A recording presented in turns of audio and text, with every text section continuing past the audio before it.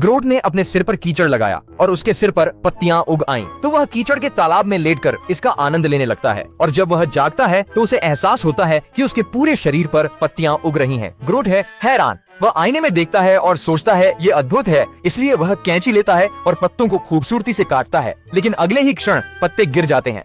तो ग्रूट ने अपने ऊपर और मिट्टी लगाई, लेकिन पत्ते फिर से उगकर गिर गए। उसने हार नहीं मानी और लगातार अपने शरीर पर मिट्टी लगाते रहे, विभिन्न शैलियों की कोशिश करते, लेकिन अंत में वे सभी थोड़े समय के लिए ही टिके। उसके बगल में बैठा रंगीन पक्षी पहले से ही उसकी आवाज से परेशान हो चुका था। ग्रोट को एक छोटी राजकुमारी के रूप में सजा देख रंगीन पक्षी ने बेरहम मजाक किया, उसके सिर पर उड़कर उसे चोंच मारी। फिर रंगीन पक्षी हंस पड़ा। ग्रूट इतना परेशान हुआ कि उसने फिर से सजने की कोशिश की, लेकिन तब तक कीचड़ वाला ताल सूख चुका था। ग्रूट इतना गुस्से में था कि उसने रंगीन पक्षी के खूबसूरत परों को तोड़ लिया, उन्हें एक स्कार्फ बना लिया और संतुष्ट होकर हवाई जहाज पर वापस चला गया।